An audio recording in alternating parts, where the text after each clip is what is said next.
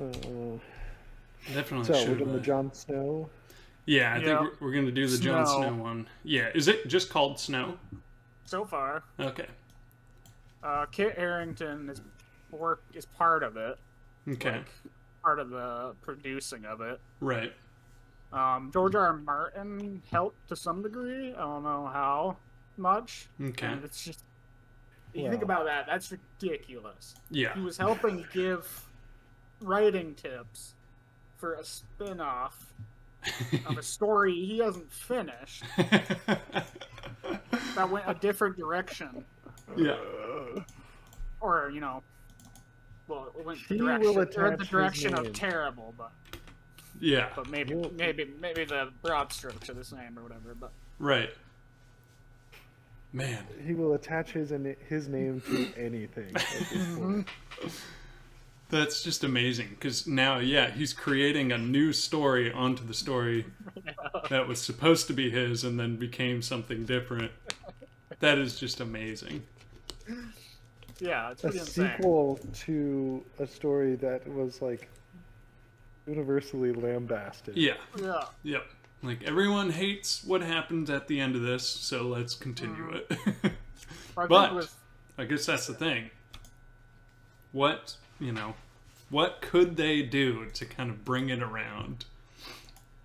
I think I think in a perfect world they actually could. Yeah. I think it would be possible if this sequel was so good that it would help. It wouldn't save those seasons, Yeah. but it would help salvage the overall ending. Yeah, could we say they could do it so well that it would actually make you want to get through those seasons, Right. rewatch Yeah. the show, Yeah. and get through those seasons to get to this story? And Yeah, potentially even retroactively make those later seasons good through reveals later on. I mean, the thing, it's difficult, but Mhm. there's been a lot of talk with this isn't a show, but with Final Fantasy XIV's latest expansion and how it actually retroactively made every other expansion better Yeah. because of all the stuff it had set up, and it was kind of the thing that you were hoping the finale of GOT would do, Right. where you finally get all this stuff, and then when you go back, you see how it all fits together and all that kind of stuff. Whether that's possible with this, I don't know. I mean, the thing is, there's plenty of TV shows that have weak seasons or bad seasons that I still watch all the way through. Yeah. That's yeah. Especially if I know that there's something good at the end of it. Mm-hmm. Yeah, because I mean, I could argue that with Wheel of Time, there's 3 to 4 wholly basically unnecessary books in there. Yeah. But you can still get through it because the last thing done was pretty solid. So if they made it really good and it was basically considered an addition to the main series, Yeah. then there's a possibility. But what would they have to do? What elements do they have to put in the show to make it somehow either recapture what they had before or create something entirely new that is just as good or better? Let's see. Yeah. I was just gonna quickly look at really what was said about Snow. Not Yeah. a whole lot. I'll say, yeah. Here's what George R. R. Martin said. It was Kit Harrington who brought the idea to us. I cannot tell you the names of the writers, showrunners, but Kit brought them into his own team. Snow has been in development almost as long as all the other spin-offs, but it was never announced or leaked until now. Oh, okay. Oh. I didn't know it was. Yeah, I thought it was really new. Mm-hmm. Did they start some of those thinking of those spin-offs before the end of the series? Yeah, they did. I think. I feel Yeah, like I think in Fire and general. Blood was Yeah. Hmm. Yeah. wasn't or had Well, they had that started blood. something. I know they were working on Blood Moon before the show wrapped up. Okay. But that was the one that had a lot to do with the White Walkers, and since there was nothing to the White Walkers, then they I don't just know. ditched it probably. Yeah, basically. They ditched it a little after, but I think that was basically I think the basic reason was just that it just wasn't good, essentially. Okay, so here's a question. Both of you should answer. What is the? Would you rather his storyline within in the new series be northern based, as in like literally north of the wall based, and tackling some new thing, or readdressing the White Walkers in some way, or would you rather it be like south of the wall, him coming back trying to take over, or whatever, assume his destiny, that type of thing? I think like it's I think it depends on like how long this show is going to be. Yeah. If it's successful and it even gets made, obviously. Right. But I think for the first season, I would want that to be entirely north of the wall. I wouldn't want to know anything else about what's going on in the rest of the world. Right. But then maybe start to attack other subjects and stuff like that. I mean, like I've mentioned before, with George R. R. Martin's original kind of letter, which the letter is real. I know for a fact it's not made up or whatever. It was a real letter. Yeah. Whether the intel is valuable from that is a different question. But obviously the main idea was basically to end with essentially John and Bran going up against each other. Yeah. So if this show somehow led to that, yeah. that could be really Yeah, interesting. I Like think- if it took our blood raven ideas and then integrated them, Right. like post. And it kind of almost would make sense even with the current state of the TV show, because you can already see Bran losing his humanity towards the end of the series. Yeah. So you could definitely put him up as a villain, and not just a villain, but like a a scary one because of how powerful of a green seer is. Blair, what do you think? North of the wall, south of the wall? What do you think? Definitely north of the wall. I think at least for the first season, maybe first few seasons, it would be focused on him rebuilding wildling society, and all the while there's the creeping threat of Bran trying to get to him, basically.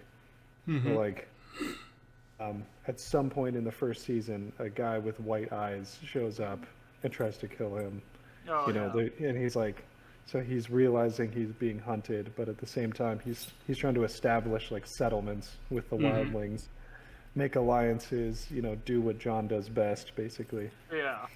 And it would almost be like survival for the first season, Yeah. Yeah. That's what I was thinking. Yeah, like it'd almost be kind of like Vikings-ish in a way. Yeah. Kind of early That's seasons true. of Vikings. Yeah. The main thing they have to do is they have to make John an interesting enough character. To be a tentpole character. I was just going to ask that. Together. So how do you make John interesting again? Oh, you could. He was interesting for about 3 seasons. Yeah. So He was interesting with Egret. He was interesting mostly with the wildlings. Yeah. He was always at his best. Yeah, Like that's the true. fourth season, the same kind of deal. He was mostly with the brothers, but it was still like wildling, and he was like kind of trying to like advocate for them a little bit and things like that. Yeah. And even like season 5, which was pretty meh season, John's storyline was actually pretty good that season for the most part. Right. It had some weak spots, but Yeah. it was like the North was by far the best part of that season. And could there be like some point he's trying to figure out a way to basically destroy like the werewood net. He'd have to go north to do that or something. Ooh, yeah. Well, you could also. Well, I didn't even think of this though, because now you could bring in a lot of the wildling characters that were cut out of the books, Yeah. including Val. Yeah. And, like his potential like future wildling lover Yeah. and stuff like that.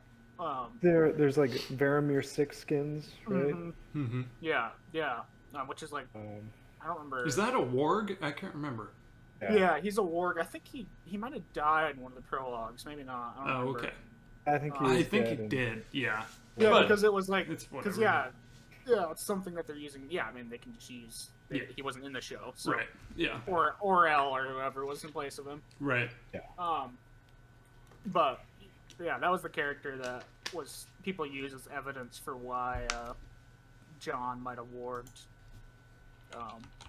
Ghost at the end of the 5th book, because the prologue of that book is a warg dying and his body going into, and it's Faramir Sixskins, and dying and his body or his soul going into an animal. Yeah. And that's how the prologue, and then it ends with John dying. So it's like right. Yeah. fairly good evidence for that. The last word he says is ghost, right?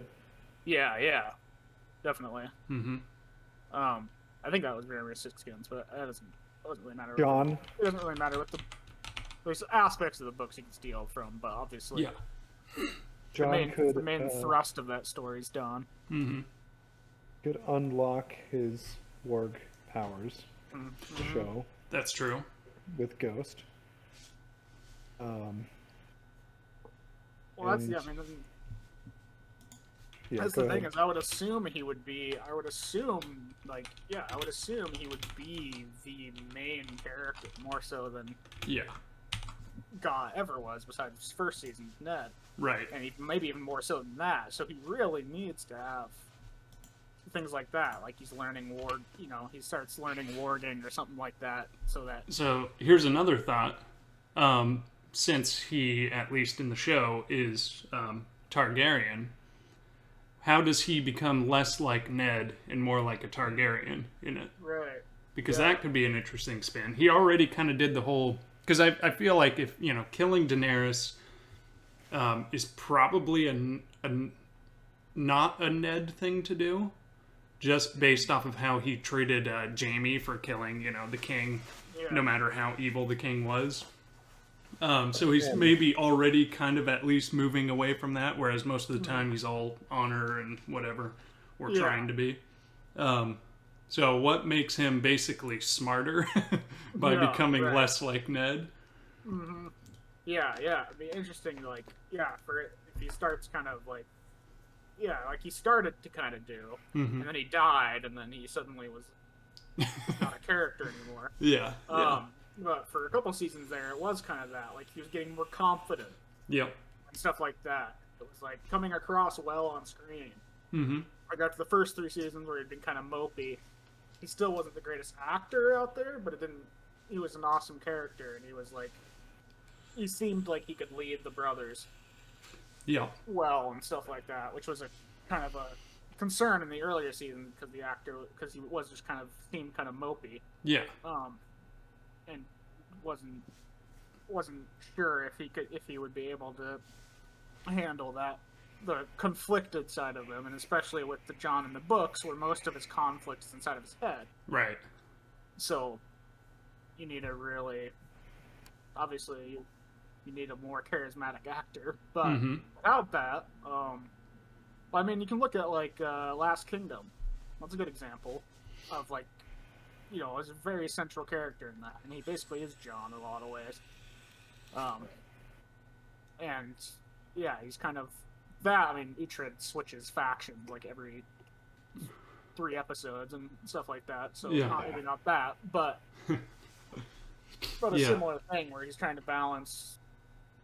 I mean, that's the main any main character in a series like that. A Tony Soprano or something like that. They need to have several conflicts going on. Yeah. Internally and externally. And one thing that you could take from The Last Kingdom that I've always loved is the fact that even though he's always going to survive battles and whatever, you don't know what he's going to lose along the way. He's always losing people that are close to him, or losing the trust of Alfred or whatever. There's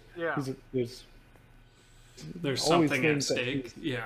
Every choice he makes has a consequence. Yeah. Which is also something that got lost over time. Yeah.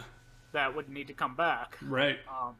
Yeah, because obviously season 2 is a perfect example of that, with Rob deciding not to marry one of the Freys. Things actually matter. in Yeah. big ways. Like, yeah.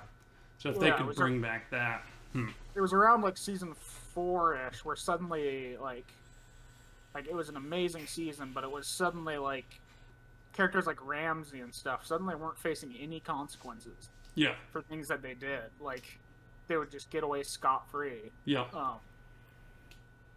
And then obviously that ended up happening to the heroes after like season 5, and then suddenly there was just yeah, no real feeling of any consequence to your decisions, because at any point you can just float over to the whole other side of the continent and yeah, yeah, resolve it, or So I mean, like, there's a lot you can just borrow from the books, which maybe that's why George R. R. Martin's involved, because there's a lot of stuff that John deals with internally and stuff in the 5th book. Mm-hmm.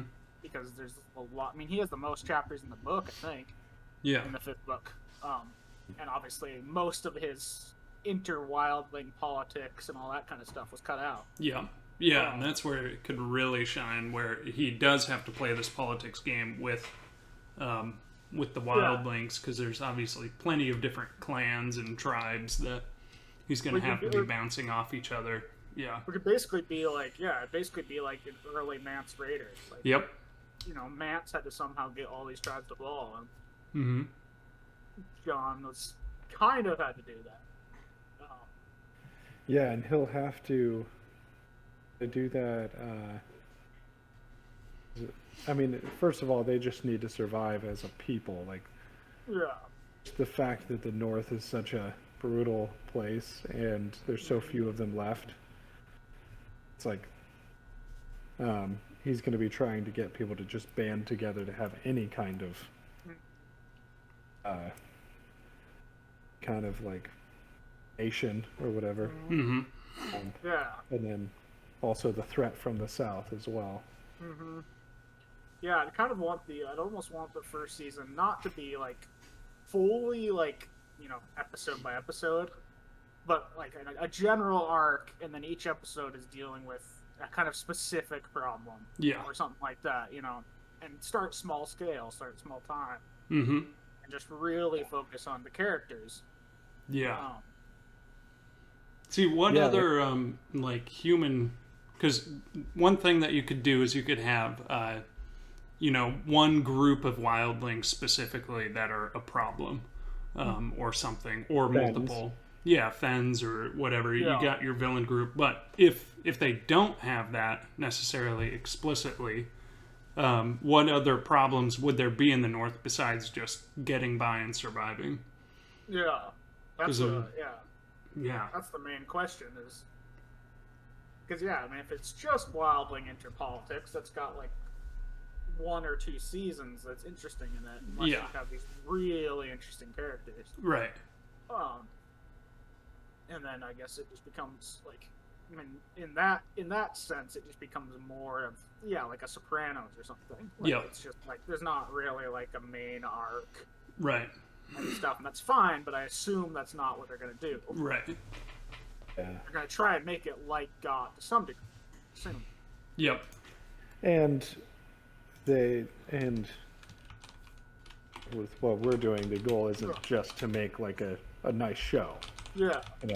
We're trying to salvage Right. Yeah. from the original show, so you have to bring in elements That's true. of the original show. Yeah. Yeah. Right. Yeah. I know. you would. Like I was already hoping this wasn't the case, but I know like Emilia Clarke said that there's no way she'd ever come back as Daenerys. Yeah. Oh, Daenerys is dead. Yeah. It was always maybe a concern that they'd like resurrect her. Or Yeah. like Yeah. that. Yep. But it sounds like she is gonna be dead, permanently dead. Okay. So this question could affect a lot of the ways in which they can add more conflict, which is how many years should they jump ahead? Oh yeah, right. I think they should probably. Obviously some kind of time jump. Mm-hmm. Maybe like 5 years.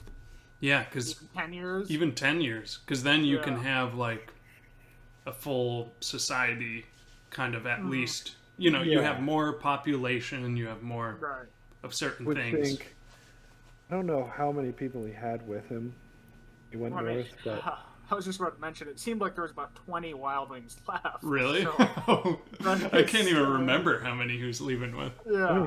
let me see it, because he had like a, group of people walking with him, beyond Yeah. the wall, but I don't remember how many it was. And Yeah. it definitely was not that many. Yeah, I assumed there was, I assume, you can have some North, conflict, kind of like dealing with the fact that there's no need for a wall. Though I would like them to bring in, werewood net or White Walkers or something like that eventually. Yeah. But dealing with the North and having to like things that Stannis and Jon did deal with in the books was like real conflicts between the wildlings and the Northerners and like those types of things. So he has a decent amount of people coming out through the gate at the end. It doesn't show the whole column, I don't think. But they're in the hundreds, potentially even 1,000 or so. Okay. One thing too is you can reintroduce the And he looks so depressed. Jon being a odd-like figure to them. Mm-hmm. Yeah. Which was just Actually a bafflingly. Yeah. Yeah. Just bafflingly thrown to the wayside. Mhm. Just Yeah. lampshaded and then thrown to the wayside. Yeah. I can't believe that. That's like the most interesting story element you have to work with in Jon for that season. Which is what? The Jon being resurrected and being a god to people and having to deal with his internal conflict and stuff like that would have been easily the most interesting conflict for him to deal with in that season. And it's obvious, it's right there. Yeah. But you guys intentionally veered from it. Right. So Yeah, they actually downplayed it. Which They purposefully downplayed it. Which means you could make that seem intentional by having his purpose for being resurrected come up in this. Because otherwise, like, there's obviously, when it comes to the show, I think that the Lord of Light definitely, at least what it came across as, is he has a purpose until the last, 2 seasons. So, like, Beric Dondarrion at least had served a purpose. But with Jon, you would still need him to have some overarching reason why he was brought back. And you didn't even know it was like and you didn't even like, it wasn't like obviously a good purpose. It wasn't until the last couple seasons that it was suddenly like this has all been planned by the Lord of Light and it's a good thing, right.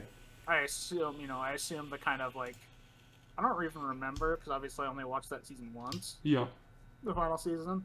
But I don't remember if they ever tried to like hint that he was the prince that was promised because he was going to kill Daenerys. Yeah. That's kind of what I assumed it was, but I don't think they ever like talked about it. Yeah. Yeah, And then that leaves the option to be like, oh no, yeah, that wasn't his purpose. That was just right. His real purpose is to stop this. The even whiter walkers. Yeah, I know. That's the hard part. Yeah. Oh man. It's doing something like, if you have Bran or something. Takes over. But, I mean, here's the other thing: is they could say, like, Jon could be like, "Man, I know that one night of fighting that couldn't have been it." You know, at Winterfell, there's got to be more of these things out there, and maybe they could double down on the White Walkers by just being like, really, we beat them in one night. Maybe there's, there's more out there. Like, but it can't just be another apocalyptic. No. Have to be. Yeah. He finds more White Walkers, and then there's like real dialogue between them. That's true. It's like, can you imagine if like, in one of the seasons he journeys out to that place where they were making White Walker babies. Yep. Which was like one of the coolest scenes ever because it was like, oh, that's what their home base looks like, and things like that. And then obviously it didn't mean anything, but because I mean, you could kind of retroactively make it so then the Night King himself was just a very powerful White Walker who enslaved other White Walkers and wanted to do his own thing. But there's still White Walkers out there. I like that. Yeah. I like that retcon. Yeah. Yep. I like that. Because the Craster aspect, super interesting as well. Like, how many of the White Walkers are Craster's sons, and how many are like the originals? the original race. Yeah. So maybe the White Walkers in the show, besides the Night King, weren't even technically real White Walkers because they're all Crasters. Yeah.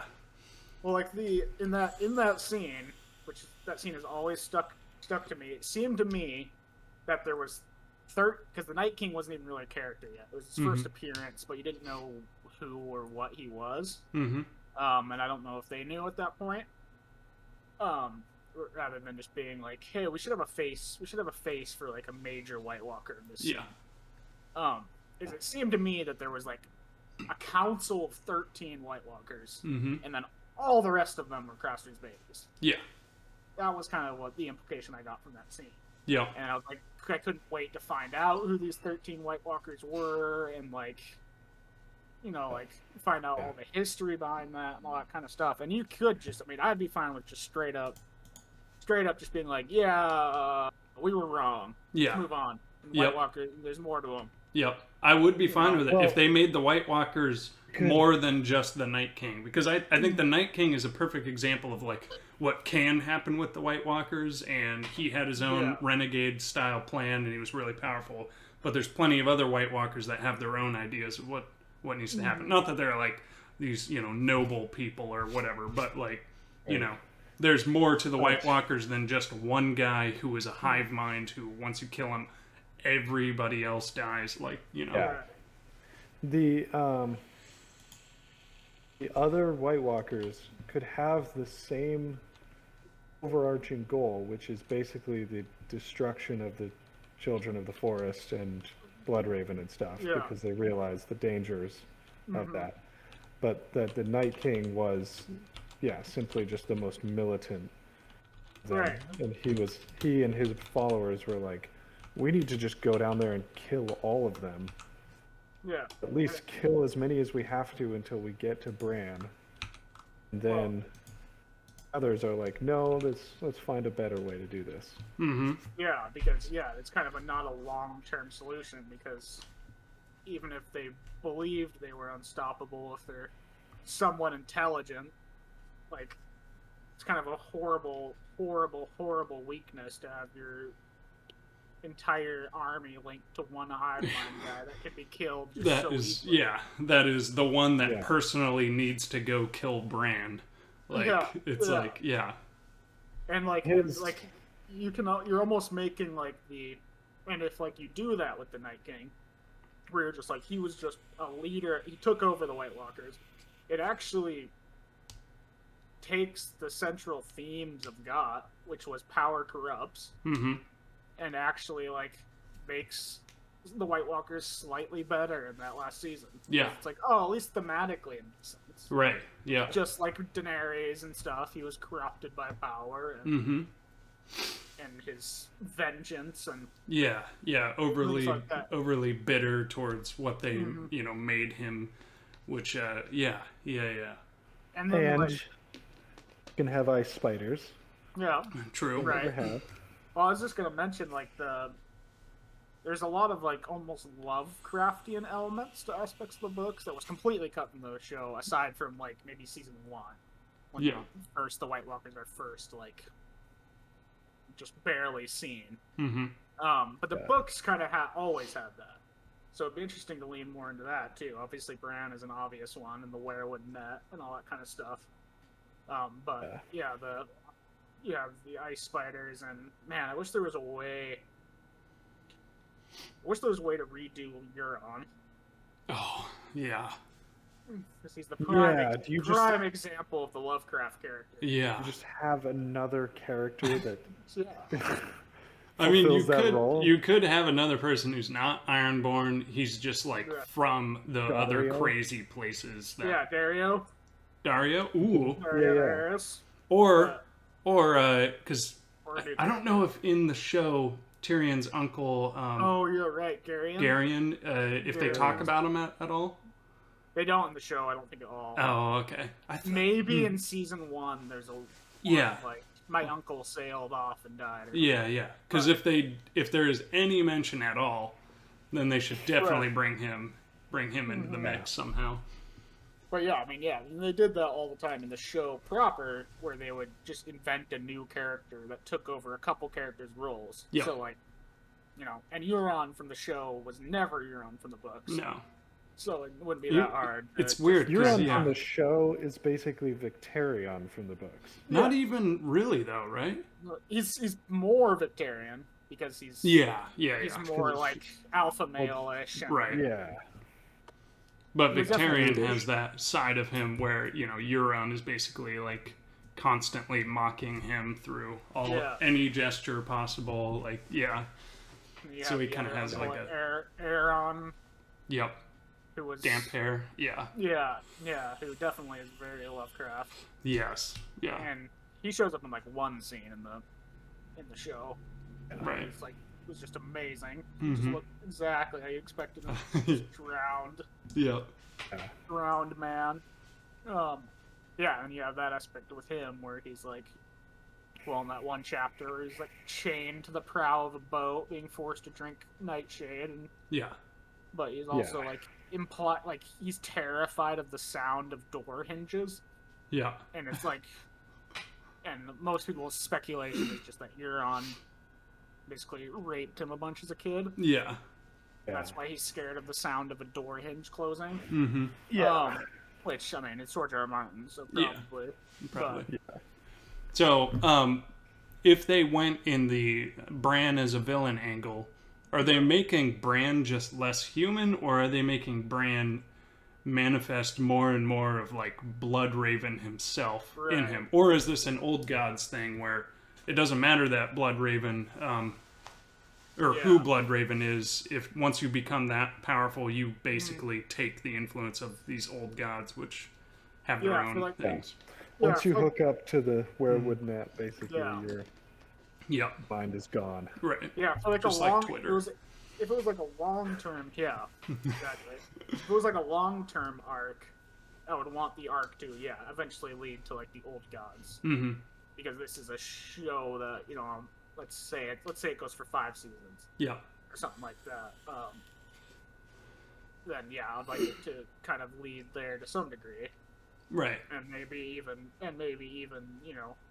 kind of bring in aspects of Lord of Light and stuff like that, and try and make that a little better. You know what they could even do too is maybe in like the 2nd or 3rd season is reintroduce Sam as like another storyline that's going on at the same time, and he can kind of take care of some of the other aspects. Like if you wanted to have a Euron style character, could be involved in Sam's storyline, and then they slowly converge. Mm-hmm.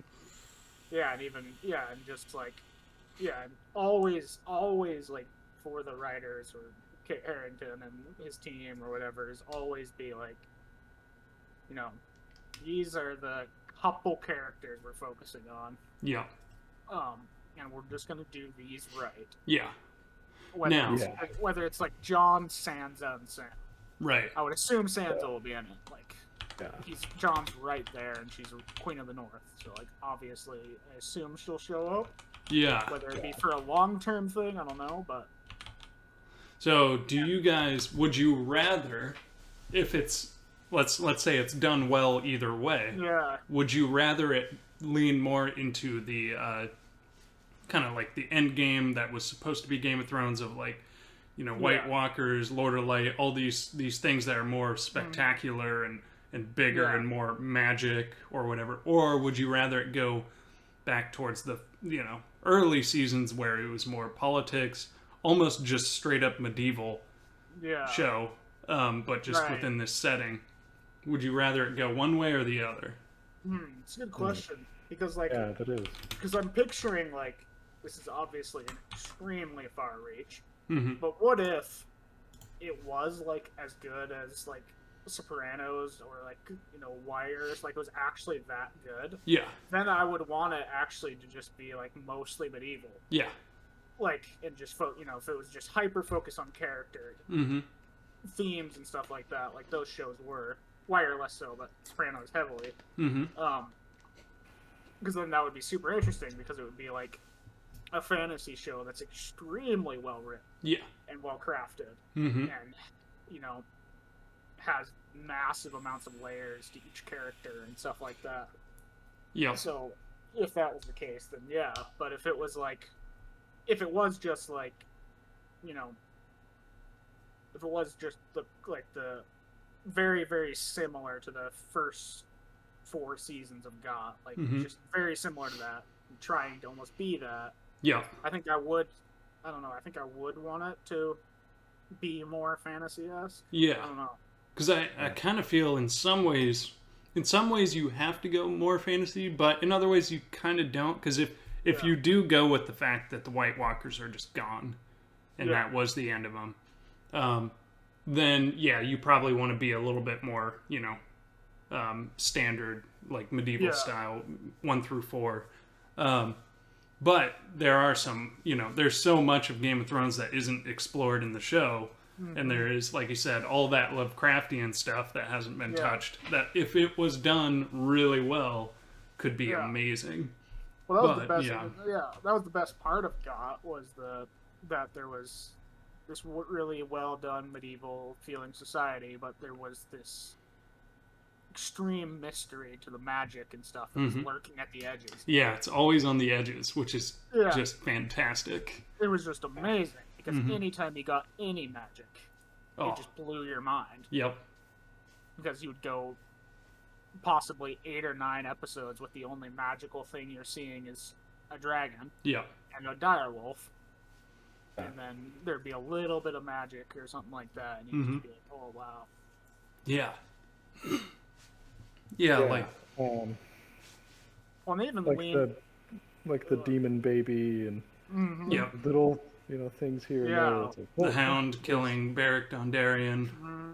Those moments just stuck out. Yeah. Well, I think that I don't want to talk too much about the overall problems of GOT. Obviously, I mean they tie into this, but I think that was kind of almost where they, in some ways, shot themselves in the foot too, is because they, for the first 4 seasons. And especially like I mean, there was aspects in season 3 and 4 and stuff, but a lot of times they would intentionally lean away from the fantasy. Yeah. And then like seasons, I guess it started around season 4, but seasons 4, 5, 6, and stuff like that, like magic became much more prevalent, much more quickly, and they clearly weren't adept at writing that kind of story. Yeah. For whatever they kind of, and obviously as it continued, there's just like every aspect of it was falling. They got the magic has to be sort of rid of the politics. You have to like shift your mindset once you're writing that level of fantasy, because magic is not just a weapon. Like there's so much like thematically wrapped up in magic. If you're going to do it well. And especially in this world. Yeah. That the magic is... Yeah, the magic is... Yeah, it's almost thematic, because it's almost like... It's mostly just these characters tapping into, like, these elemental forces, basically. That might not even be gods. Yeah. Or whatever. They might just be, like, fire and ice. Yeah. And just how people use them and things like that, whereas it started to become more just like oh yeah, it's just magic. Yeah. That's why this. Yeah. That's why we don't have to explain this or. Right. Yeah. It's a plot device. Yeah. So, okay. Really want to avoid is magic being just a plot device. Right. So, what is a character or storyline from the original books or from the books that you would like to see? Or that you think would be super awesome to bring up in the new series. Right. So, like, they could create a whole new character similar to Euron, where they like Yeah. create a whole new character for this, but we at least get to see these elements in the show. Is there anything that like sticks out to you that you would want to see explored that the show didn't? Yeah. I'm sure there's lots. Mm-hmm. We need to really. I mean, we already, I need to I read guess, those books again. For Yeah. a long you time. mentioned Varamir Sixskins, which was sort of just like an enhanced version of the other wargs that we've seen. Yeah. Yep. I would love to see the.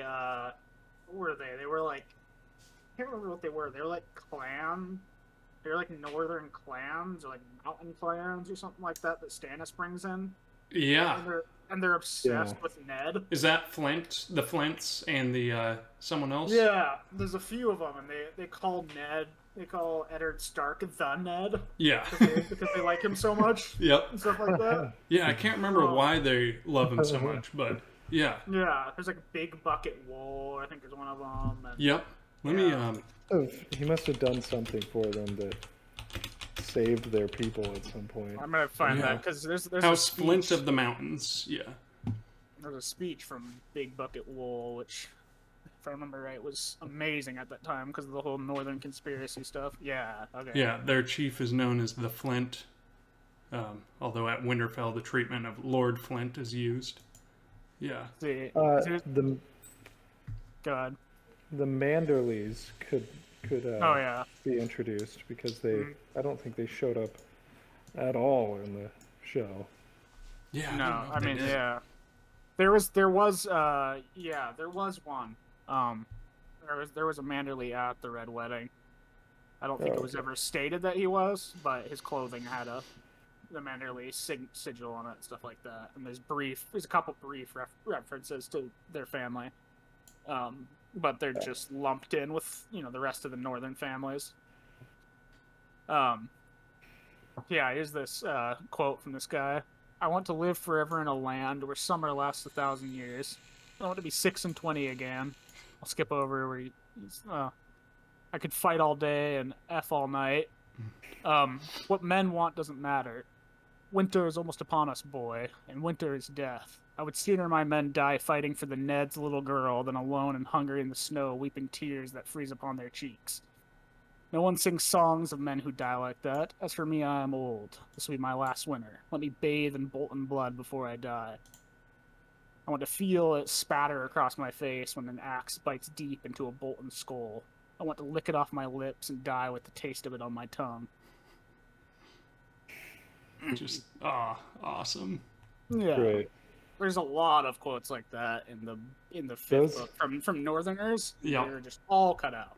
Yeah, man. There's Those so kind of many like quotes North remembers type things. Like, Yep. make me actually think maybe I do want to fight in a medieval battle Yeah. for just death and glory. yeah. Yeah, man. And just obviously Hunting is George R. R. Martin's dialogue is Mm-hmm. so good. Just great. just Yeah. bring back awesome medieval tactics. Something I would want to do. Yeah, definitely. That's They would be smaller scale battles probably, but just Yeah. having, realistic battles. Yep. I would love to see in any medieval show just looking back at a historical battle and just literally copying it. Like, I would love to see that. Like, Agincourt or, any of those historical battles. Just like, give me something other than two sides charging at each other. Yeah. I really liked in, Game of Thrones season 2, I think it was. Yeah, because Rob was fighting the Lannisters, where he, sacrifices like 2,000 of his men, or I don't know if they all died, but to be able to get the rest of his men to somewhere else to take some different place, stuff like that, where like you're making these decisions, kind of losing men here and there, but you're trying to pull it off. I love that stuff.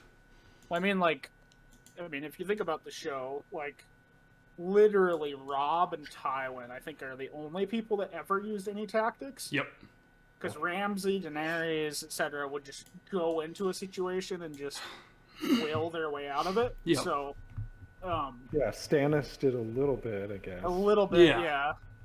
Yeah, because Blackwater was...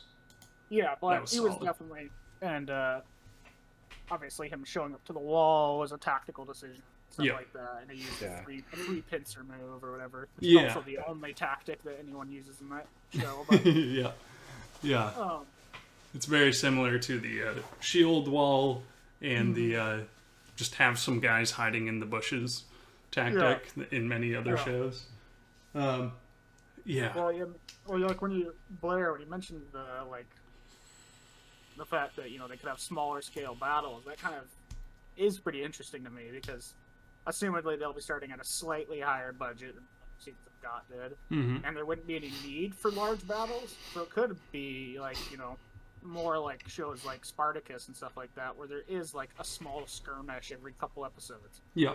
or even every episode, and stuff like that. And it doesn't need to be a 60-minute battle; it can be a 5, or In small like scale that. battles, like the individual tactics matter a lot more, and they're way easier to cover cinematically as Yeah. well. So you could actually have like sweet things where you might only have 200 guys against 150 or something, but yeah, the things that they do really matter because each man matters. Imagine he's fighting like a troop of guys that are all being controlled by Bran.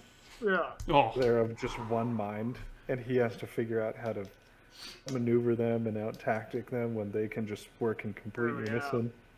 yeah. Yeah, because Bran can just, he can just see all. Mm-hmm. He just has ravens floating above. He can just he's basically playing Age of Empires. Yeah. So imagine, let's John's say, playing like a first-person shooter. yeah. So imagine saying, or let's say Bran does, become a villain in that way. You would also have that's a general desire for this. yeah.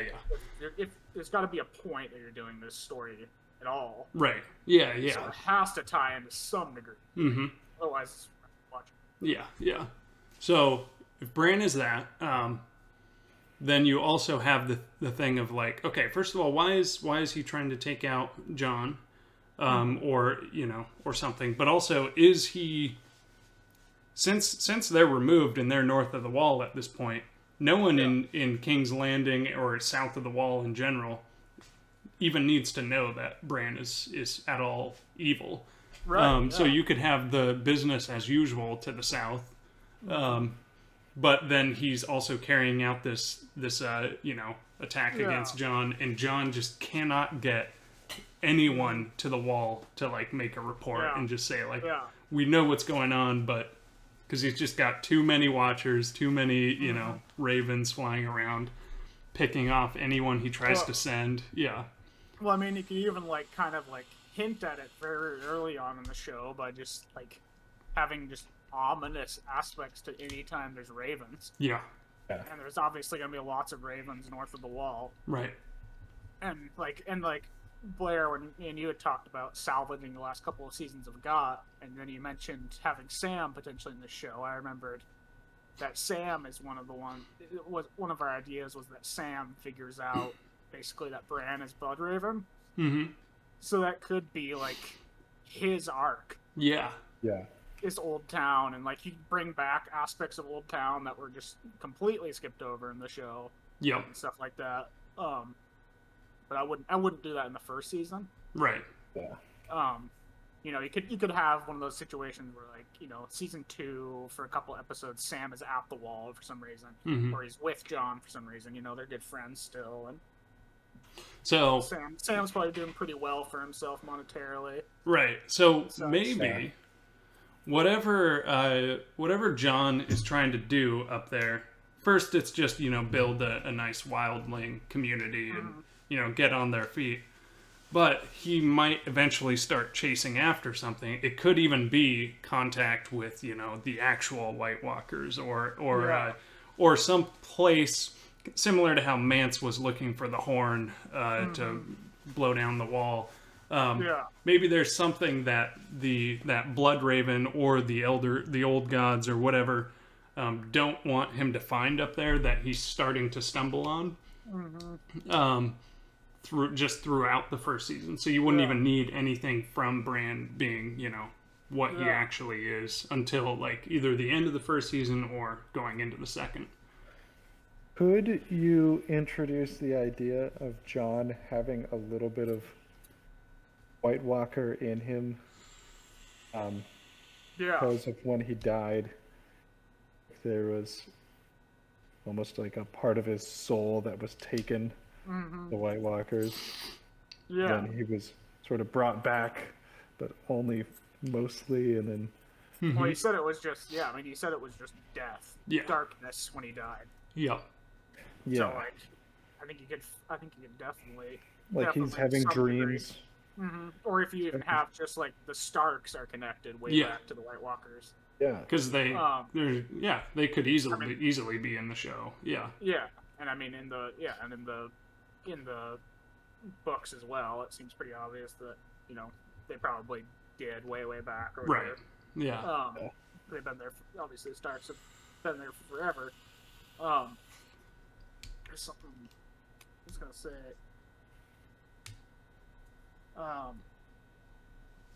Whatever. It'll come back to me. Yeah, I think. In my mind's eye, I just pictured like a scene where Jon's he's been having like these dreams, he's been noticing the ravens, White Walkers, all this stuff is like back in his mind for the first time in years. Like he's had been able to mostly kind of forget about that a while. But then I just imagine this scene kind of like, you guys remember the, very last scene of the latest God of War? They're in the cabin, and they come out, and there's Thor. I just imagine him like coming out of his cabin in the middle of a blizzard at night, and there's a White Walker standing there. He pulls out Longclaw, and then the White Walker speaks. It's like the end, towards the end of season 1 or something. It just blows your mind, like.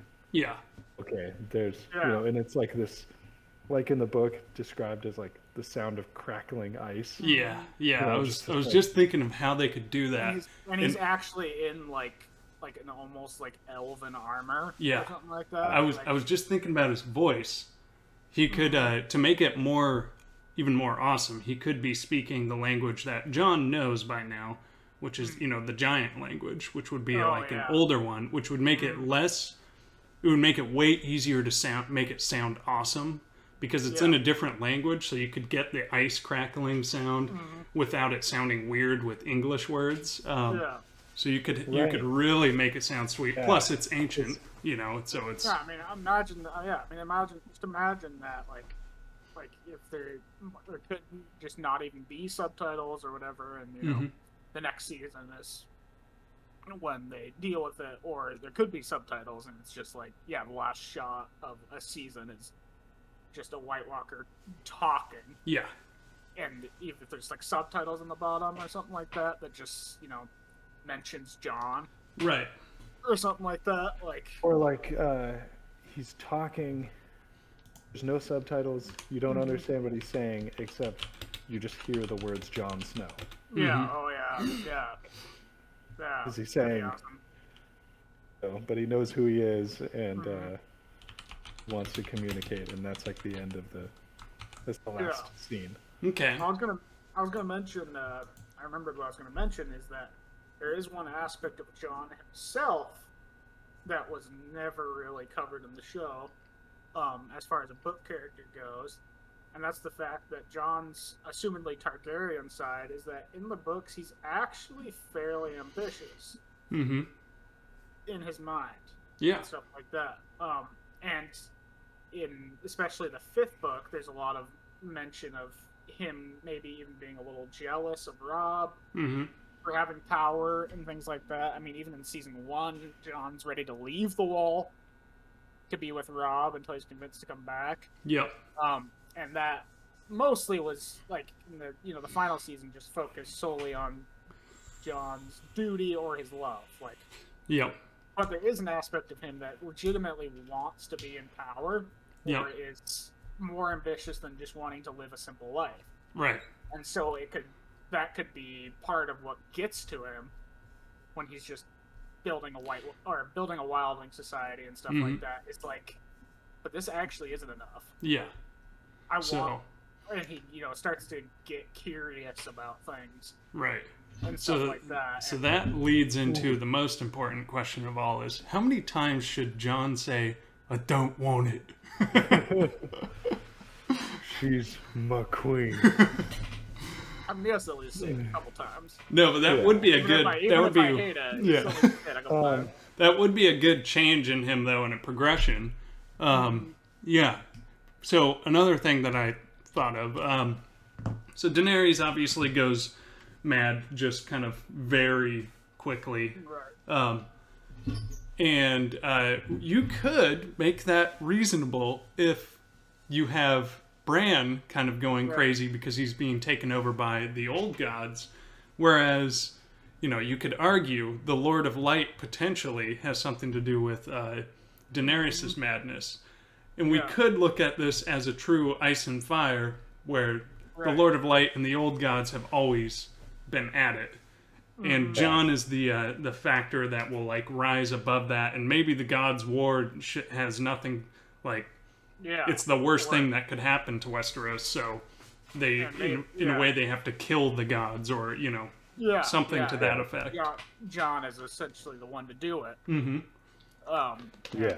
Really touch on the ice and fire. Yeah. Ice and fire. Yeah. Which seemingly, the show obviously always had that motif, but it never really led to anything aside from there just being fire and ice at the end. Yeah. But like, there wasn't really much else to it. So yeah, if you could actually really start to deal with the fact that he's half fire, half ice, essentially. Yeah. Yeah. How do you like, if you wanted to take this route, how do you like sort of have a representation of the Lord of Light? Like, right. Well, that's the thing, is Daenerys is already dead at that point. So if you did want to, kind of retcon her into that, which she did have some dealings with, like, the Red Priestess or whatever in, like, one scene, but... yeah, that was another example of it just never came back. Yeah, yep. It was just, like, one scene and nothing ever came of it. Yeah. So... But I mean, there's still. I mean, here's still out there. Here's the things that are still out there, like a Shy. Yeah. There's still a full Lord of Light religion over in Essos. Yep. There's still the Iron Bank. Which the Wall does owe money. Yeah. I mean, Westeros still owes money. Yeah. To some degree. I think they might have tried to just hand wave that at the end, but. Right. I'm just going to assume any hand waves are just going to be retconned or ignored. Yeah. I'm in some ways totally fine with things just being ignored. Oh, like, yeah. It's like, all right, we know we made a mistake. We'll just pretend it didn't happen and keep going. Yeah. Yeah, because it's its own entity, so. Sam becoming Archmaester was like, oh, that was just the insane. Wait, did they actually make him Archmaester? Yeah, they did. Yeah. Bronn was Master of Coin. Oh, I forgot about that. Bronn being Master of Coin is way more believable, though, somehow. Because... Well, it's believable that... Because you don't technically have to have any qualifications. No, you just have to spend money. And it's kind of likely that, like, Tyrion would still, some degree, try and find a way to fit Bronn into things. Yeah. And he wouldn't be... He would, in the end... pretty much just take over for him anyway. But not the Tyrion of the final season. But yeah. The final season was, I don't know what he was. A hero, a paragon of justice. Yeah. The moral, like, the conscience of the show or something. Yeah. Like his words are like the moral of the show. Yeah.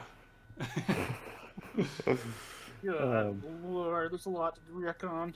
Now, since Varys is going to be retconned. How did Varys die in the show? He got burned by Daenerys because he just tells people Yeah, that he so- wants to put Jon on the throne. Yeah, did he Literally, die Varys on dies. screen? Yeah, he gets burned by Yeah. Daenerys on Dang. screen. I was going to say, you could retcon him into a Targaryen and have him come back and become a real character again. My literal favorite character from the show Yeah. for so long gets just randomly burned. Oh, it was just... It's the same with He was- both of the guys who were against each other that were like the big, Yeah. him and Littlefinger, these two powerhouses colliding, just disappear in the dumbest Yeah. ways. Yeah, but isn't it ironic though? Like Littlefinger, I could see going out in a dumb way. Like he may have been a really, really smart guy, but he had a weakness, a couple weaknesses, especially with Sansa. Mm-hmm. So I can picture in the books just Sansa killing him or something like that. Yeah. Or outmaneuvering him, which she doesn't, which no one actually does in the show. Yeah. Yeah. He doesn't get outmaneuvered. It's His just- plan worked. They just figured it out. Yeah. And it's only because of Bran, right? Yeah. That, We go to yeah. Bran off screen, Yeah. I believe. And, yeah. Anyway. Yeah. Yeah. Yeah. But yeah, like Varys, the guy who, like, I mean, yeah, I get the point of Varys is that he kind of switches sides a lot, but he does it carefully, Yeah. so that, like, yeah, it kind of brings up that, like I've heard a lot of people kind of talk about in a major difference between the books and the show very early on was the fact that in the show, or in the books, basically, like, everyone distrusts Varys, and everyone kind of thinks Littlefinger's on their side. Yeah. They just think they think he might be like a scheming lord, but like in a way, kind of everybody trusts Littlefinger, which is the opposite of what's said in the show. That Yeah. no one trusts Littlefinger. Right. And Yeah. Varys was the perfumed eunuch seneschal Yeah. spider that, like, maybe is actually looking out somewhat for the realm's best interests, but probably the Blackfires or something. Yeah. But yeah, in the show it was like, maybe not in season 1, but still kind of. But very early on, it was like Littlefinger is just obviously the slimiest guy out there. Yeah. So why would anyone trust anything he does or Right. say? Whereas, yeah, in the books, he's like, even if he is that scheming guy, he also seems harmless enough that anyone can trust him. Yeah. He's just kind of like he's just kind of an accountant. Like Yeah. Yeah. Yeah. just like a nerdy accountant guy who's like trying to he's trying to worm his way into some schemes, but like really, what could he do? Yeah. Yeah, and like you imagine probably, most of the lords that know how to scheme and have been doing it for a long time, just kind of like, Yeah. there's this up and comer, Mm-hmm. Yeah. and he got injured by Brandon Stark, and he's Yeah. not really anything. Yeah, I mean he is in the books. He literally is. The only thing he does in the books up until he betrays Ned is handle the coin Yeah. and be a good guy to Ned. Yeah. Like, they touch on his past with Catelyn and stuff like that, but it's mostly like Littlefinger is the reason why Ned survived at all for a little bit. Yeah. The reason he In the found some of the things and stuff like that. And Mm-hmm. The show, Littlefinger literally points out his own spies to Ned. Yeah. yeah, which is Yeah, not that in the one's books. mine. Yeah. It's like, Yeah. no, why would he do that? Unless he's Yeah. lying, but like, why would he do that truthfully? Just out his own spy and out himself for having Yeah. spies. Yeah. And and it's kind of like, and kind of in the books, it's kind of like, Ned has problems with Littlefinger because Ned has problems with basically most people in the capital. Mm-hmm. He has some of that issue with the history and stuff, but it's like, he kind of like overcomes that because Littlefinger seems like an alright guy and stuff like that. But Yeah. if he's clearly the Littlefinger that you think he is, why would Ned trust him at all? Ever. Yeah. Even if Ned's as stupid as he is. Like, I mean, there was no point where he even considered trusting Jaime. No. Things like that, which is like, Jaime's probably the best guy there, so Yeah. in reality, in his heart. So Yeah. Yeah. I just now realized after an hour and 15 minutes that I spelt Jon Snow wrong in my little header that I put above us. that's part of the retcon. Yeah. That would be amazing. But yeah, and then like going back to what we were talking about with Snow, like I'm just imagining like John having to convince Sansa that Bran is, Yeah. and it obviously probably having like like a real conflict between them. Yep. That's not like heady nonsense. Right. And But it's Sansa a now. real difficulty.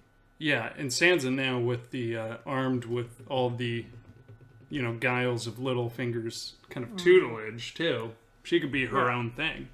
Yeah.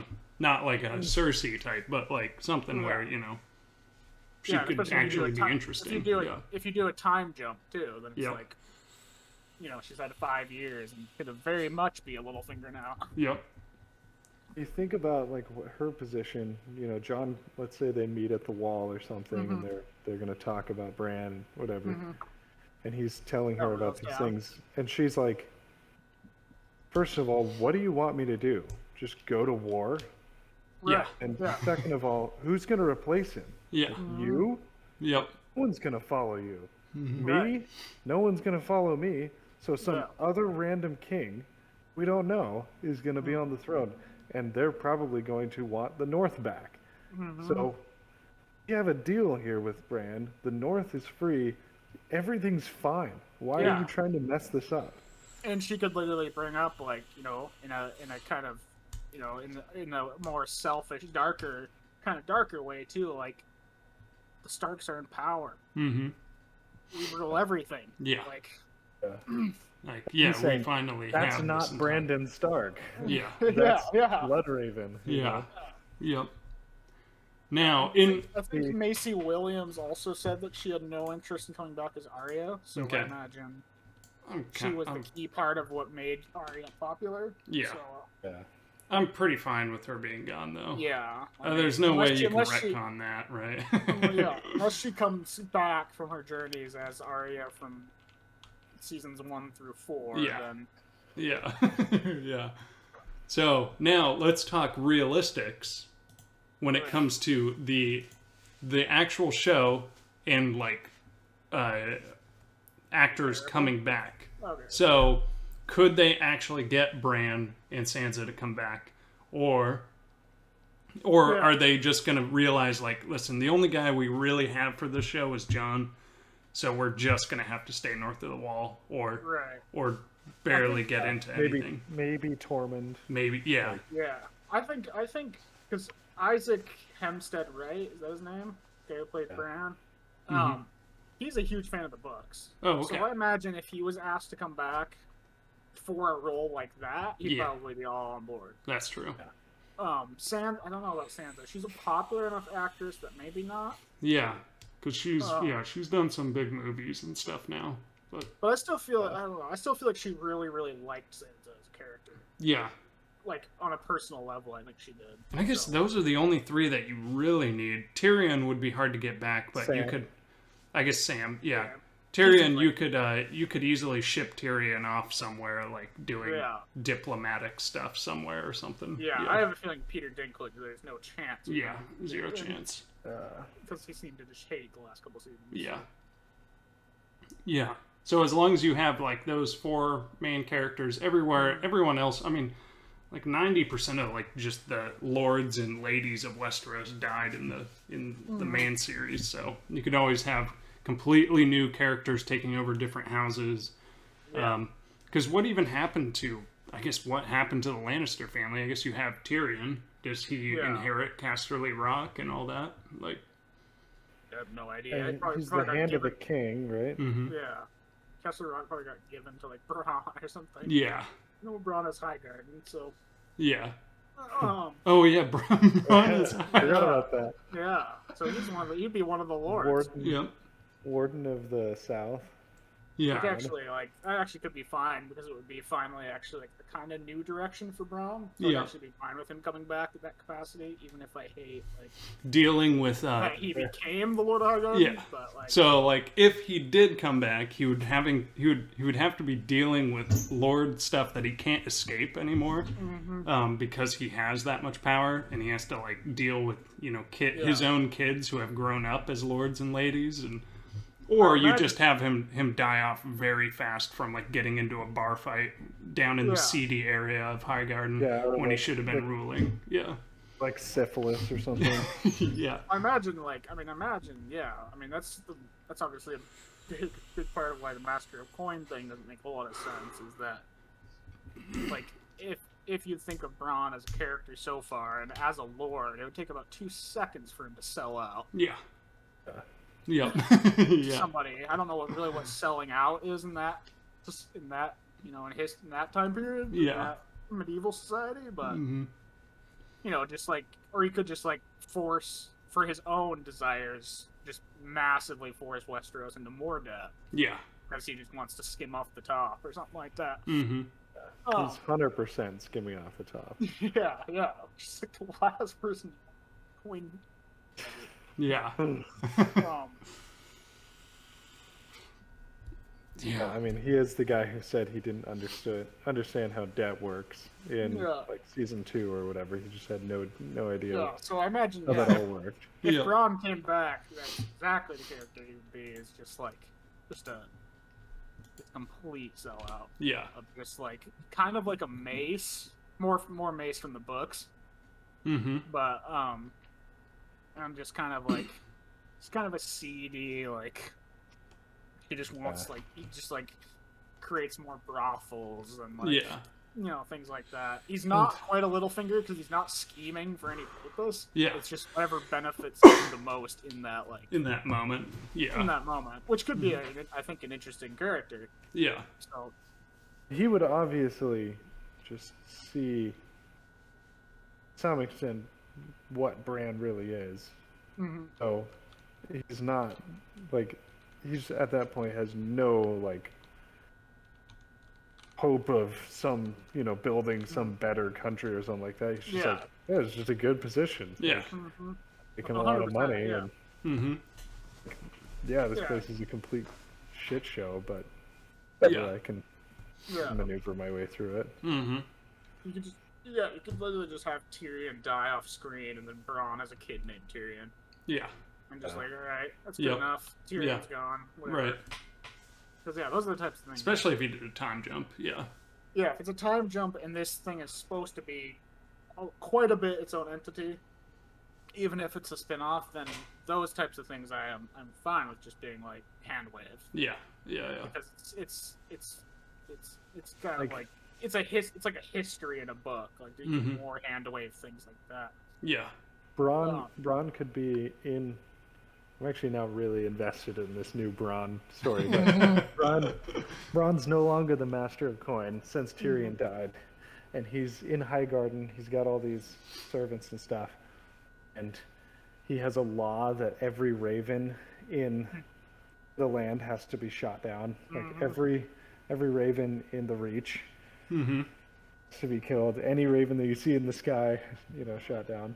Yeah. And he's just like, hold up. He's like, I know Bran is coming eventually. He doesn't have the support yet or whatever, but I'm just here to spite him. Yeah, well, it could be like, it could be something that, like, just to give a little bit of saving grace to our once smart friend Tyrion, could be something Tyrion realized. Yeah. Like, wait a second, this isn't Bran. Yeah. This I remember Bran. This isn't the guy I stood up for at the council. Like, I thought that's who Bran was. Yep. But, like, very clearly, and as Tyrion would well know, obviously, what corrupted rulers look like. But then Braun could just be like, well, I can still, like, kind of siphon money off of, benefits and stuff like that. I don't want his ravens watching over my land. Right. But, Yeah, you could definitely have that, and then you either have where, like, Tyrion just decides, has already told Bronn all this stuff and just said, hey, I'm booking a ship and I'm never coming back, or he's just or he gets found out by Bran and killed. But and he'd probably leave, I think. Mm-hmm. And I think with like those types of ideas, these are all with these characters showing up later in the show, so it's focused on Jon and stuff in the earlier seasons, so that for the viewer and him, they're figuring the stuff out at the same time. Mm-hmm. And then when he starts to interact with characters like Bronn and stuff again, it's like, Well, I think you could have. So you have Sam's storyline that you have like maybe a season of him in Old Town or something. Mm-hmm. Then he like starts a journey north. On his journey, he's kind of just hitting all of these characters. Mm-hmm. It's like he heads up to Highgarden, meets Bronn, talks to him, gains information from him. They just have like an episode together, and then he heads up, and you maybe never see Bronn again. Mm-hmm. And then it's like further up, and he goes up into the Lannister lands, and he finds out who's ruling there, and it's not Tyrion, but it's some cousin or something, and then and they just kind of travel through all the major castles, and well, you kind of just get like a best like a kind of tour of the current state of Westeros, kind of. And with this is something I just just kind of popped in my head with if you brought in Old Town or something like that, is you can do what the earlier seasons of GOT did, where you have actually in these locations you have a bunch of characters, and this place feels filled out with these diverse characters that are interesting and stuff like that, which is like the later seasons, like that's true. Whatever represented a country is like one guy. That's a feeling that the later seasons just completely got away from, that really made things way harder to like feel real. Stark starting out obviously had loads, but then obviously as they went on, they tried to keep characters lean, but because those early seasons, King's Landing, it's like you have so many different angles of what's happening. Dorne was like the only time in the later seasons that they did have like several characters. Obviously they're all trash, but but I mean, and like obviously like Daenerys and Essos obviously always had lots of characters, but they were never very well written.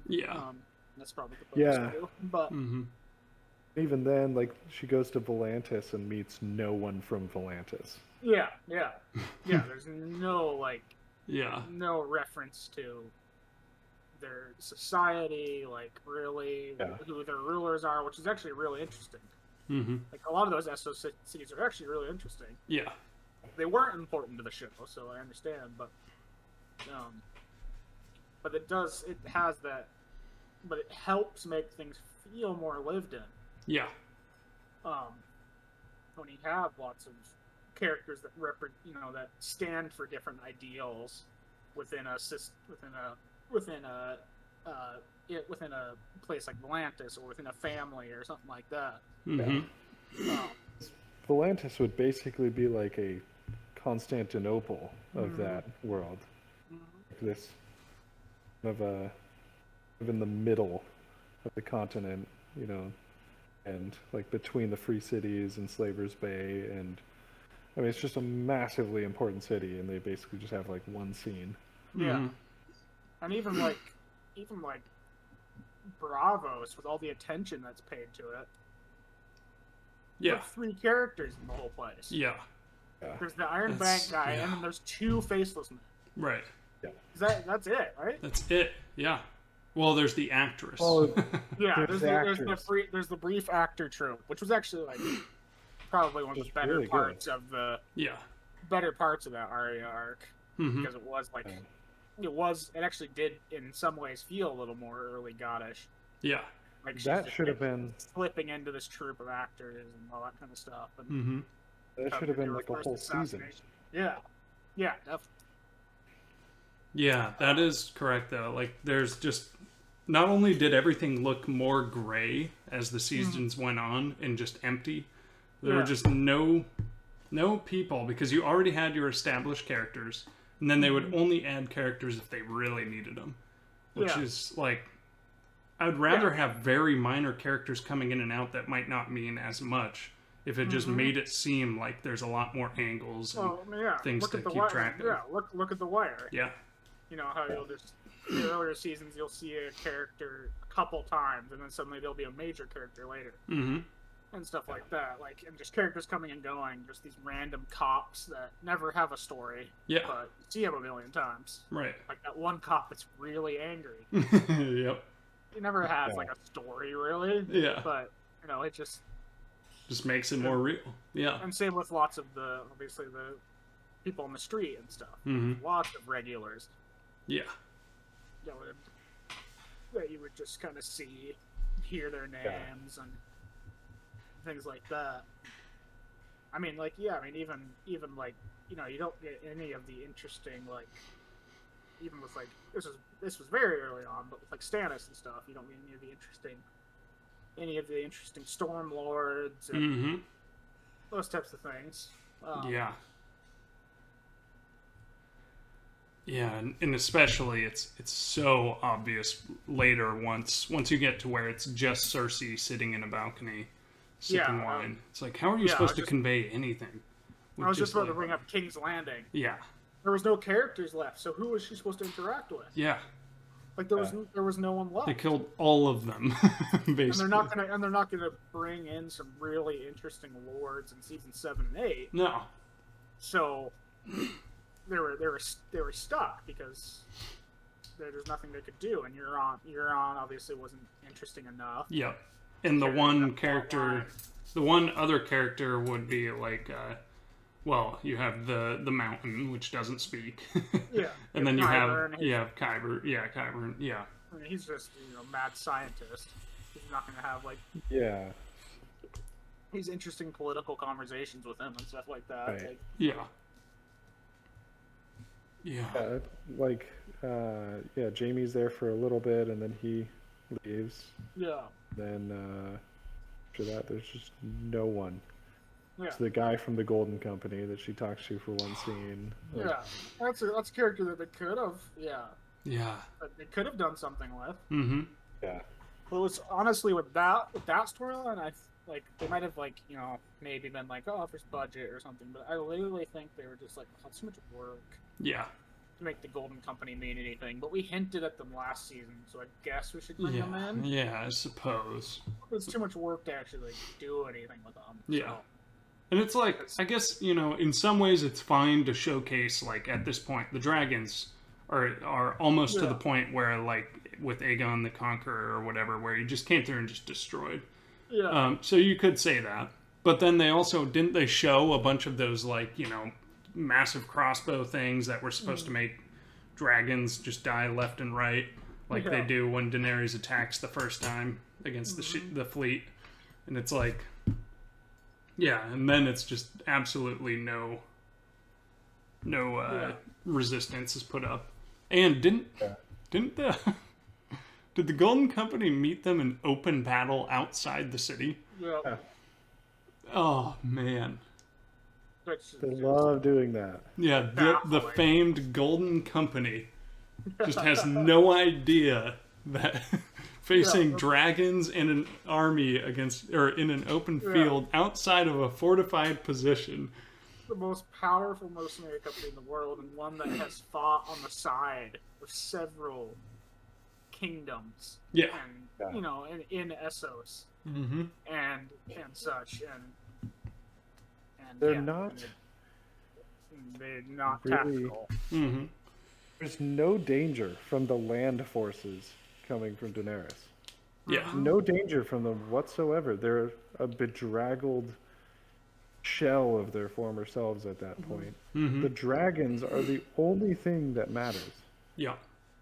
So all of your efforts should be focused on just taking out the dragons. Yeah. Instead, they're putting the Golden Company outside to go fight land forces. Now, at that point, she just had one dragon, right? So it's even worse. It's like, okay, you only have to kill one. Mm-hmm. So don't sacrifice all your men right at the beginning.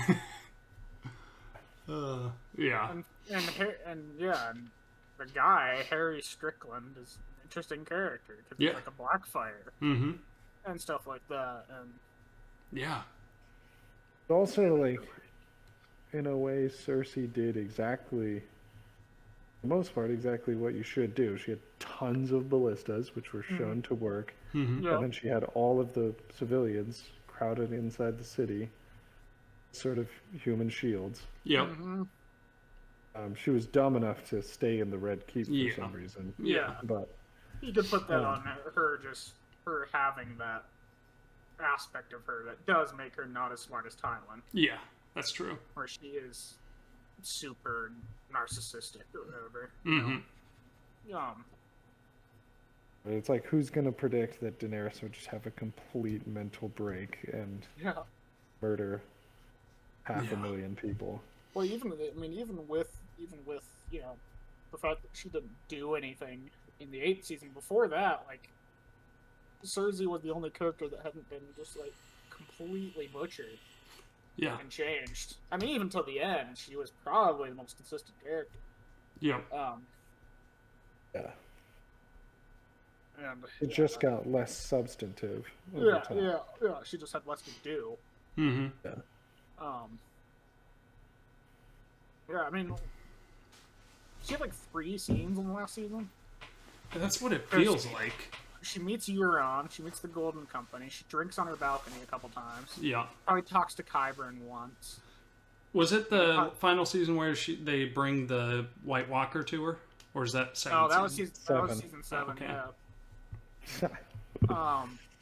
So yeah, I don't think she really had anything Mm-hmm. in that final season. I mean, yeah, because they didn't have anything to work with, but Yeah. She is just a plot device at Yeah. that point. yeah, just something for Daenerys and Jaime. Okay, so now I have a more depressing question. What if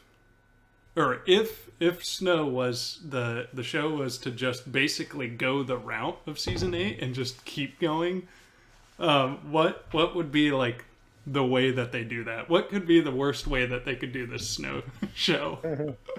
Yeah.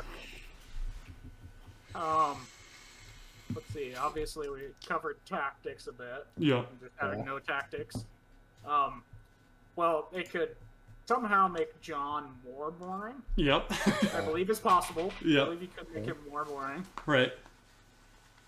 Ormond, just all he ever does is one-liners about sex and poop and stuff.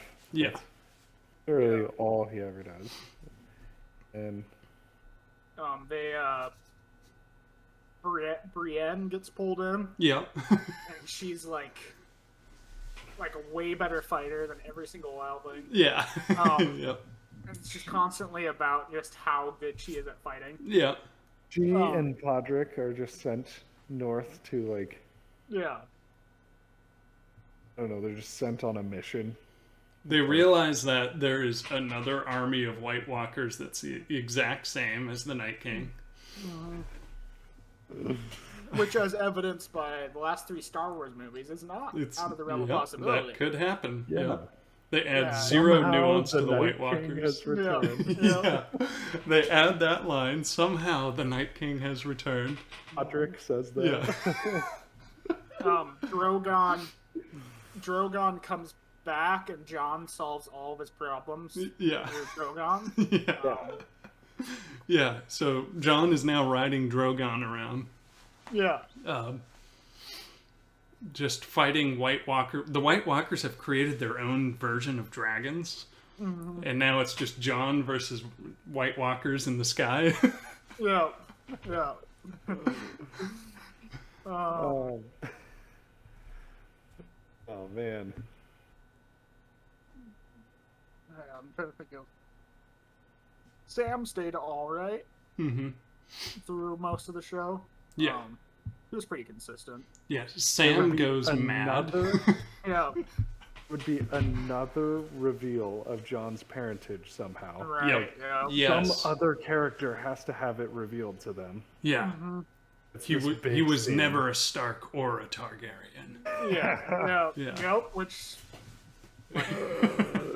There's been a lot of sequels and stuff that have done terrible stuff like that. Yep. So, like, entirely possible. Right. Well, case in point, once again, Star Wars. Yeah. With Rey. Yeah, Yeah. it'd be. I don't know what he would be. He would be like the son of the Night King or something. Mm-hmm. They do get Macy Williams back, Yep. but because they just love Arya, they just focus on her adventures out there, Yep. and it like almost never connects with the main series. Right. It's just like Arya just being Arya. Mm-hmm. There's no like character growth or anything. It's No. just like It's just like someone is mean to her or is mean Yeah. to someone else, and then after a few scenes of things that happen off screen, then you realize that, you know, she's pulling off her face and slitting their throat. Yeah. It's just over and over. She finds the lands west of Westeros, and they're just no meaningfully different than Westeros. Yeah. They're Yeah. just exactly the same, insanely familiar lands. They do nothing interesting with them. Mm-hmm. I just had something that Blizzard has done frequently in their storytelling for the last decade or 20 years or so, especially in World of Warcraft. Do the thing like, you know, they have this great story where, I mean, not great. WoW was never great storytelling. But basically, like, it is that, you know, Bran is Blood Raven. He's part of the old gods and stuff. Jon goes against him with, you know, the White Walkers or whatever, and, you know, they have all that story, and then he kills Bran, and as Bran's dying, he reveals that something worse is coming. Yeah. Which is Oh, every man. World of Warcraft villain. Since vanilla, I think. Because Yeah. Illidan was revealed Yep. to have been trying to prevent something worse from happening. Arthas was revealed to be doing that. Sylvanas. Basically, every villain in Warcraft ends their storyline with, but I did all this because this is Yeah. coming. Yep. Sargeras, who was the main villain of all of Warcraft, was the same deal. Yeah. He's the creator of the Burning Legion, everything. And it basically turned out... Wait, who is it? Sargeras. He's never shows up in Warcraft, but Oh, he's okay. he's like the daddy of the Burning Legion. Oh, okay. Is he a He's the demon? main... Yeah, he's Okay. he's the big bad. Yeah. He's the creator of the Burning Crusade. Yeah, I'm gonna look up how his story ends. It was all equally ridiculous. Mm-hmm. But yeah, essentially that. Just, that you have Yeah. all this good storytelling, but it's thrown out because Bran was Okay. doing all this because he was actually good.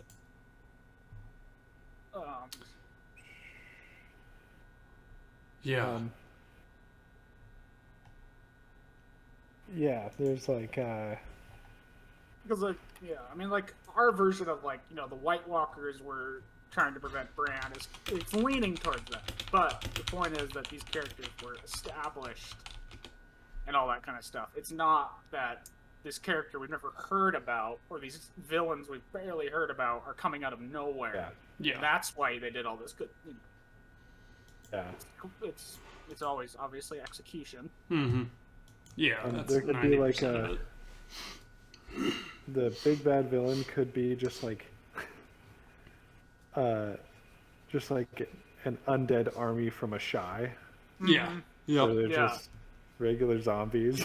Yep. Regular zombies, and it's just like ghost grass instead Yeah. of snow. But it just kind of transports over to Westeros. Mm-hmm. Yeah. I mean, the absolute worst thing they could do is have Daenerys come back. But, Yeah. Yeah. Which, I- to be honest, I like, except for the fact that there is an actual actor that would have to sign on to that, yeah. I would not be surprised. Well, no, and the thing about that is, if you brought Daenerys back, like in any regard, it makes those seasons even worse. Yep. It makes them Yeah. so bad. Because it makes the 8th season utterly pointless. Yeah. In every All regard. right, this is what happens in the worst case scenario. It's revealed that Drogon brought Daenerys' body to that place where they turn people into White Walkers. Yeah. And so now she's become a White Walker, but Oh, still has yeah. some sentience. and then they have a love story with John and her. Yeah, she's the like ice queen or Yeah, something. yeah. Oh, my Yeah. goodness. That's something that's actually like I could see someone doing. Yep. Like really see it. Oh man. Oh, But the Justify best being thing like, they well, could this do, is- the best thing they could do is have suddenly, at the very beginning of the show, John wakes up, and he's dreaming what could have been when he was killed. You know, he's on his bed, yeah. and they revive him, and he's like, "This is what could happen," and then they just remake Game of Thrones from that point on. Oh man. Oh, it'd be Somehow awesome. they bring everyone back. Yeah. Yeah. Yeah, they're telling people like, hey, say on whatever talk show, say that you would never return to the role, whatever you can. We want no one hearing about this. Yeah. And then like end of the first episode, the credits are rolling, and then you get to the end credits, and it says Winds of Winter, December 2022. Yeah. Oh man. That'd be amazing. Yeah, and they just start off the series at when did John die in End of season 5. end of season 5? So they just call season 1 season 6 Yeah. and just rebuild the entire season or Yeah, 'cause- series from there. Because season 5 had problems, but was salvageable. Yeah, it was workable. Like, yeah, it was. You could still work off of that and still have built an amazing ending. Even season 6, there's still value there. Mm-hmm. Season 7 and 8, there's almost nothing that can Yeah. really be salvaged. Yeah, Because all the bad plays off of each other in those Yeah, season 7 and 8. it's all interconnected bad. Yeah. Yeah. You can take for instance, you could take the death of Stannis and make it actually so that Stannis didn't die. He had this brilliant scheme to take down the Boltons, Mm-hmm. and like people were theorizing and stuff. You could have Littlefinger's complete blunder of sending Sansa into Winterfell actually like somehow be like a brilliant plan to Yeah. Well, take over the North. They missed the they hinted at it, but they missed the obvious good things you can do with Sansa. Like, okay, it's kind of a stupid idea to bring her to Winterfell, but I get why you did that. Mm-hmm. It's fine enough that if the rest of the story around it was fine, it's fine, whatever. Yeah. They occasionally took shortcuts like that in the earlier seasons. That makes sense. But they missed the obvious boat of her rebuilding the North while under Ramsay's tutelage. Yep. While she's trying to play the Boltons and stuff like that, but she's also she's the one doing the North Remembers and building the Great Northern Conspiracy and stuff like that. But that wasn't the case. Yeah, and then you could have whatever Stannis theories happen through that. Yeah, like the North Remembers, you have... Is it the Manderleys that are supposed to go out and kill Stannis or fight Stannis with some other northern group, and they don't like each other, so that's why they were sent out by Ramsay or something. Yeah. But yeah, so you could have them, Yeah, the Manderleys show up and join Stannis. Meanwhile, they're contacting Sansa, and she's basically playing Ramsay into weakening his chances against Stannis and the Manderleys, by the machinations with the Freys and all this to basically try to cause infighting amongst their forces and stuff. Yep. Well, they kind of missed, obviously they just didn't end up going that direction at all with Stannis. But they had an Umber with Ramsay. You could have easily just taken that Umber and had him do that. Yep. What the Manderleys and Stannis are going to do. And everyone remembers Great John from Season 1, the first guy to be King in the North. Yeah. And stuff like that. It's the one recognizable family outside the Boltons and the Starks. Yep. That even a lot of casual viewers will remember. Right. But instead he was just for some reason on the Bolton side because I don't know why. Yeah. You could have Sansa write the pink letter to John, Ooh. Yeah. pretending to be Ramsey, Yeah. to get him with the wildlings and stuff. And it's like, oh, Sansa is playing John at this point. Yeah. And She is Littlefinger in the north, basically. Yeah, yeah. But yeah, obviously they didn't do any of that. But Yeah. it seems like an obvious thing there for the character they were trying to build Sansa to be, etc. Like, that seems pretty obvious. Yeah, because she never ended up doing anything in the show except for killing Littlefinger, right? Yeah. Like, I can't think of one thing that she did that you could say, like, this is her growing under the tutelage. There's a lot of things. Yeah. There's a lot of things that the show pretended that she did. Right. But there's like nothing that she actually did. Even Littlefinger. Yeah. She didn't actually do that. Yeah. Yeah. Right. Yeah. So all of this, like, supposedly getting smarter and more crafty, and then she, like, sort of advises John a little bit, but I don't know if it was good advice or not. Like, I don't think so. Yeah. The peak of Sansa was the end of season 4 when she acts like classic Sansa to get the lords kill Littlefinger. And it was like, it's like, okay, this is this character I can see, you know. Yeah. But then the next season she was just shipped up to the north, and then it was just And she has the same advantage of Littlefinger of just people constantly underestimating like who she is. So That's a key she's part of learning. her. Yeah, it's like, oh, she's just like this scared little girl. She's obviously not a threat. Yeah. Well, she's learned under Littlefinger how to use that to her advantage. Yep. I did just realize, however, that for the Snow show, Rob and Aaron and stuff are still around. That's they true. are still alive and thriving. Yep.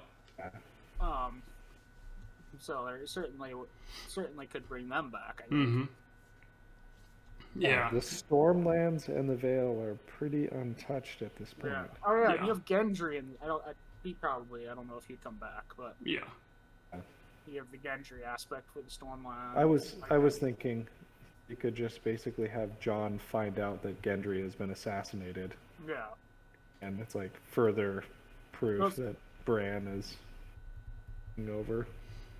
Yeah, some of those actors, I mean, maybe they would. You never know. I guess some of the minor ones, it's like, what else do they have going on? Yeah. And they know it would be money, so.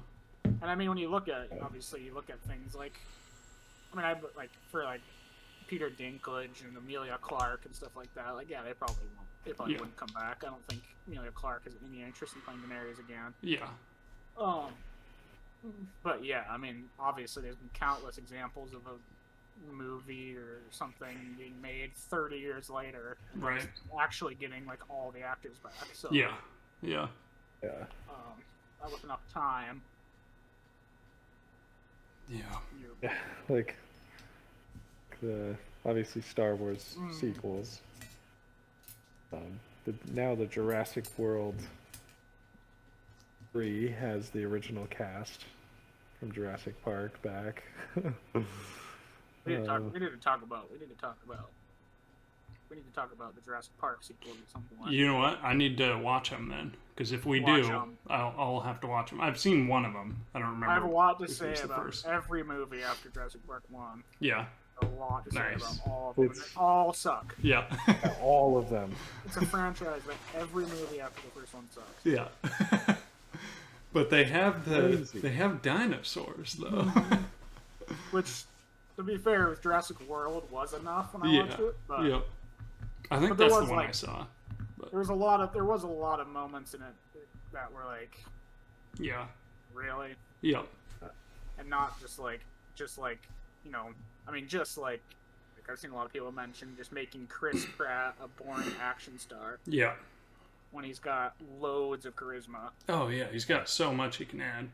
So, would you call those, just real quick on a tangent, would you call those, are Jurassic Park and those, are they adventure movies? Or are they just I like... mean, the first one is like, Yeah. Kind of. Yeah, because they're going to. Yeah. I mean, it's an established place, but they're going somewhere Yeah. and seeing something crazy, like the Yeah, and kids it's or like whatever. Yeah. it was some nostalgia speaking for me, but like Jurassic Park 1 is just, it just feels amazing. Yeah. It's So like, it's just this island with these dinosaurs and like, Yeah. just, oh man. So one of our things could be, one of our topics could be, are there any good new like adventure films in that style? Because I don't know if I've seen one. Wow. Yeah, there seems to have been so many from a certain era of like that time. That the Rock has been in. Yeah, yeah, like Indiana Jones, like those franchises. I just realized this now. Like there haven't been any that I can remember that will be remembered like those were. Well, it's like the, with like all the ones that like the Rock has done and stuff like that are like, they don't feel like adventure movies to me. Yep. That's not just nostalgia, because I recently rewatched Indiana Jones 1 with Greg and stuff and had the time of my life. Yeah, it's great.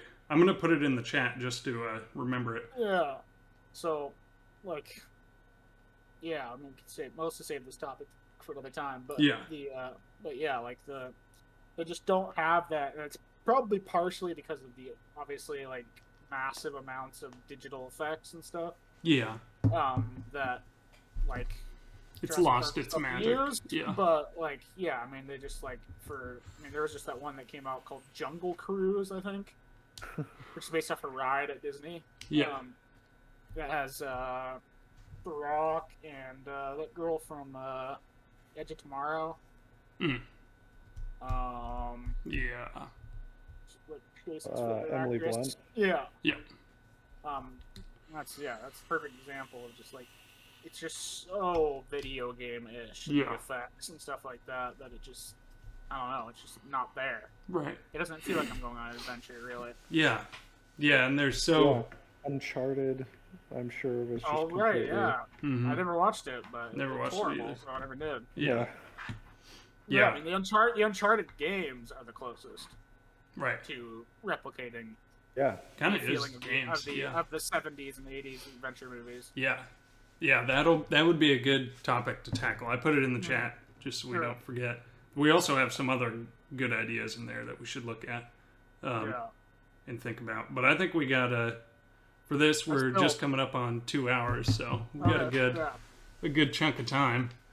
I would definitely at some point I'd like to do my I'd put a lot of work into it. I'm gonna do where I build a case for Last Jedi. Ooh, nice. Okay. I'd do that at some point. I'd probably actually have like a PowerPoint and stuff like that. Yep.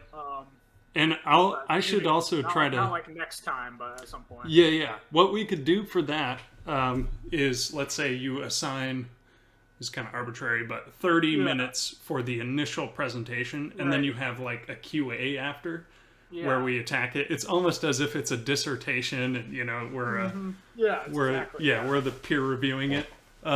Because me and Blair should also think of ones to do as well. There's a podcast I listen to called Chilluminati. It's 3 guys, and it has to do with conspiracy theories. Okay. But basically, each guy takes an episode, and he chooses a conspiracy theory, and he makes the case for it, basically. And then one of the other guys is usually a skeptic, and one of the other guys is a believer, and that sometimes changes. And they try and just kind of like shred them apart. Yeah. And then usually the next episode is the guy who chose that conspiracy. It's not all conspiracy theories. It's like paranormal and like Bigfoot sightings and those types of things. Yeah. And then usually the next episode or so he'll go into like what facts we do have.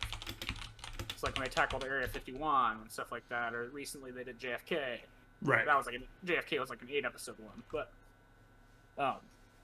it goes into accounts, conspiracies, and stuff like that. So okay, I always thought that's a cool style to go for. I think each episode has a rough kind of leader. But it doesn't always have to be doesn't have to be like that every time. But it could just be, you're just kind of the guide for the conversation sometimes. and other times you're really trying to build a case for something. Yep. And we can even play it up too, where like, you know, Blair's building a case for something, and you know, me and you are, even if we actually like what he's saying, we're trying to be like, skeptical about it. Yep. Or, like, Yep. I know you homegrins are good at that. So for yours, are you thinking of just doing The Last Jedi? Yeah. Okay. I'm not putting any effort making a case Doing for any other. the entire sequels. Because there's nothing to make for Force Awakens, and then Rise of Skywalker. There's nothing salvageable there. So so I was thinking about doing a case for the prequels, but I would save that for like way out, because I wouldn't necessarily want to do them right close to each other, but I can definitely make a case for the prequels. That's definitely one I'd like to see. Yeah. The Hobbit. Oh, Ooh, The That'd Hobbit. be awesome. That's a good one. And it doesn't, like, for like Last Jedi, I still like don't like most of the movie. Yeah. So, you know, it doesn't have to be that you actually like really like it. It's just you're making a case for it. Yeah. Yep.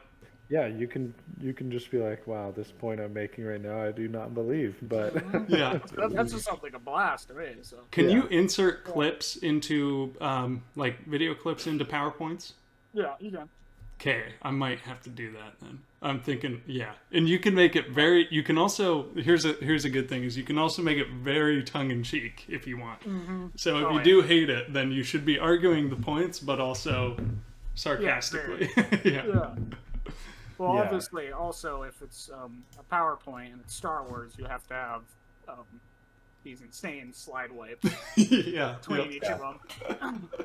I think, like the way I'd probably frame it is like not necessarily why these are like great movies, but why they're misunderstood. Or something. Like, you're not really getting it. Yep. Yep. Yeah, it wasn't executed perfectly, but here's why this is really a deeper show or trilogy than you thought. Right. Yeah, and you could also do things like, you know, because this generally has to do with kind of writing, but obviously it doesn't always have to be movies or TV shows. Yeah, just I would say storytelling. Yeah. Yeah, and it could also be like.